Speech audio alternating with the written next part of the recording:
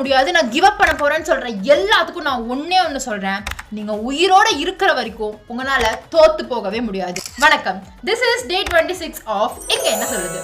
Michael Kalashnikov இவருக்கு சின்ன வயசுலயே நிறைய உடம்பு சரியில்லாம போனதுனால யாருமே இவர் உயிரோட இருப்பாங்கன்னு கூட எதிர்பார்க்கல. ஆனா எல்லாத்தையும் தாண்டி எழுந்து வந்தாரு. 7th படிச்சு முடிச்சாரு. 7th படிச்சு முடிச்ச உடனே 1000 கிலோமீட்டர் ஹைக்கிங் போனாரு. 1938ல ரஷ்யன் ஆர்மில சேர்ந்தாரு.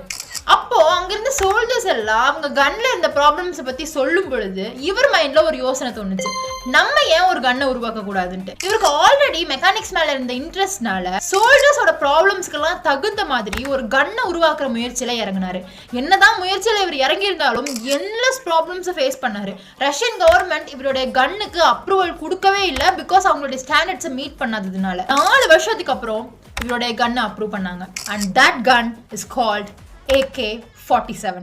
இப்போ இந்த கன்னை பத்தி தெரியாதவங்க இருக்கவே முடியாது. சின்ன குழந்தைக்கு கூட AK-47னா என்னன்னு தெரியும். ஏன்னா ஆட்டோமேட்டிக், கேனா கலாஷ்னிகோவ் அவருடைய பேரு, 47னா இது கண்டுபிடிச்ச வருஷம். இது ஏன் உங்ககிட்ட சொல்றேன்னா, 7th மட்டுமே படிச்ச ஒருத்தர்னால ஜஸ்ட் அவருக்கு இருந்த இன்ட்ரெஸ்ட்னாலையும் சோல்ஜர்ஸ்க்கு ஏதோ ஒண்ணு பண்ணணும் அப்படிங்கிற ஒரு எண்ணத்தினாலையும் ஒரு கன்னையே உருவாக்க முடியும்னா நம்மளால ஏன் முடியாது?